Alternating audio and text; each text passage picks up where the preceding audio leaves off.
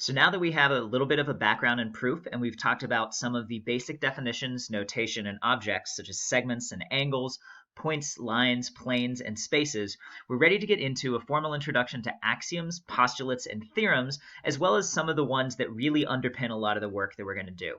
Now, just like the video for definitions with segments and angles, before you watch this video, and if you haven't, go ahead and do that now, you're going to download the Basic Postulates and Theorems guide that is available through the Canvas page.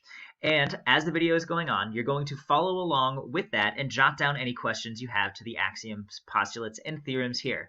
Again, this is primarily for the reason that there are a lot of them that we're going to cover. A lot of them are going to seem either self-explanatory or intuitive, and rather than ask you to pause the video 6, 7, 8, 10 times to write them all down, you're going to have them as a guide in front of you and jot down questions as things arise. So let's go ahead and get started. First, let's talk about axioms and postulates. An axiom, or a postulate, is a statement that we accept to be true without proving them.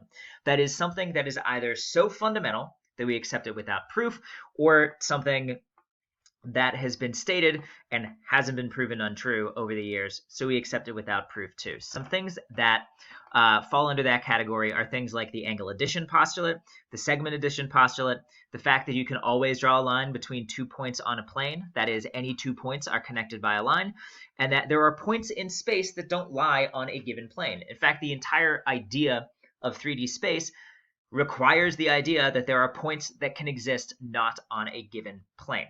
And so those are some things that we already know of that are axioms or postulates. We didn't prove the angle addition postulate using the definition of segments. We didn't prove the segment addition postulate using the definition of segments. And the angle addition postulate would require rays and segments because those are the components that angles are made up of.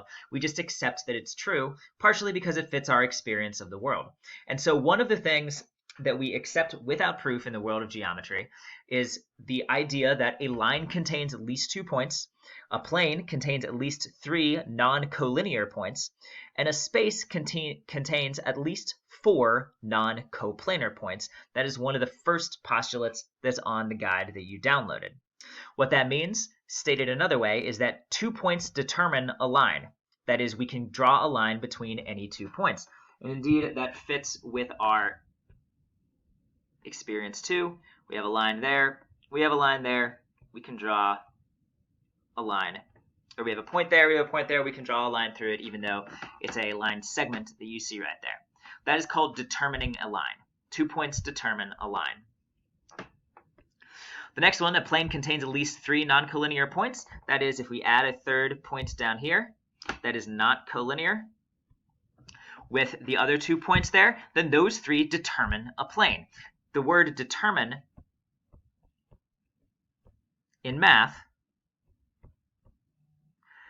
means to be enough to say that there's something unique about it. So a line between any 2 points, there is a unique line. There's one and only one line. Between any 3 non-collinear points, there is one and only one plane. And with any 4 non-coplanar points, there is one and only one space. Now, if you're following along in the textbook, or with the guide there, you might see this called a postulate 5. And often textbooks in any course, but especially in geometry and higher level courses, as you get beyond calculus in college, will name things according to the order that they appear in the book. And in some ways, this makes sense because if we're all learning out of the same book, we can all refer to the same chapter 1 and to the same postulate 5. But in a larger sense of the world, this name makes absolutely no sense, because it doesn't do anybody any good to refer to something as postulate 5.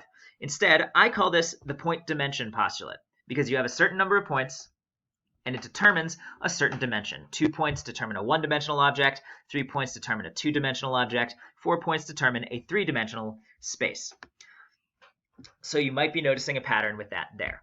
We can also move on to 2 other postulates that underpin our understanding of the world, and I'm going to give you a chance to either look at your guide or come up with it on your own, because this is fairly intuitive. Through any 2 points, there lies exactly how many lines, and through any 3 non-collinear points, there lies exactly how many planes. I already spoke a little bit about it before, but you may have known that there is only one line through any 2 points, and there is only one unique plane through any 3 non-collinear points. Those in the book are postulate 6 and postulate 7. Again, meaning absolutely nothing to us as we're studying geometry, wider than that is just happens to be where we find it in the book. But I don't have a name for these, so they are what they are. 2 points determine a line, 3 non-collinear points determine a plane. I want to take a moment to talk about the word exactly, or exactly one, because it has a very precise definition in mathematics. What exactly one means is that there is one and only one, so that it exists, which means there's at least one, and it is unique, which means there is no more than one, not 1, 2, or 3 lines through any 2 points. There is one and only one line between those points. So that is the background behind the postulates and some of the important postulates that we are going to use that underpin our understanding of geometry. At some point, we are just going to let these postulates be and not even worry about them because we accept them to be true. So we know if we have 2 points on a plane, we can draw a line between them, and it will be the only line between them. The other type of mathematical statement that we'll see throughout the course are things called theorems. A statement that can be proven to be true is called a theorem. You can use postulates, axioms, definitions, other theorems, etc., using all the tools that you already know to be true. But if it's something that we're going to prove, it is often called a theorem. And you may have heard of some of these things before. If you ever heard of the Pythagorean theorem, then that is an example of a theorem. It can be proven. It's been proven hundreds of different ways, in fact. There is something called the fundamental theorem of arithmetic that you have relied on to do multiplication and division, even though you haven't known necessarily exactly what it is. And then another theorem that if 2 lines intersect, then exactly one plane contains those lines. Those are things that we can prove using the definitions and the postulates and the axioms that we have seen before. But we're just going to take a look at 2 of the theorems that are on that guide here. One is that if 2 planes intersect, then their intersection is one particular type of object. If 2 lines intersect, then their intersection is one particular type of object. So go ahead, take a few seconds, pause the video if you want to. See what your intuition tells you about 2 intersecting planes and 2 intersecting lines. Come back when you're ready to see the results here and then end the video. So we already know what happens when 2 lines intersect. It was required that 2 lines intersect only at a point in order for you to find points of intersections of line on a coordinate plane or a Cartesian plane when you were studying algebra previously. If 2 lines could intersect in anything other than a point, then the idea of solving a system of equations graphically by finding their point of intersection wouldn't make sense. And as far as 2 planes intersecting, you might remember back to some previous videos where we talked about the basic definitions and building blocks of geometry where we saw a diagram of 2 planes intersecting. And there is a dashed line. I'll draw it imperfectly here for you.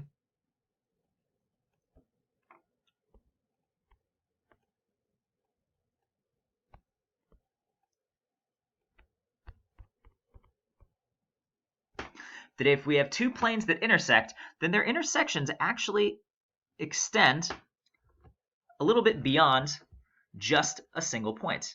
We can see that there is, in fact, in this case, a line segment that runs down the intersection of the plane. And that's why we say that when 2 planes intersect, their intersection is a line.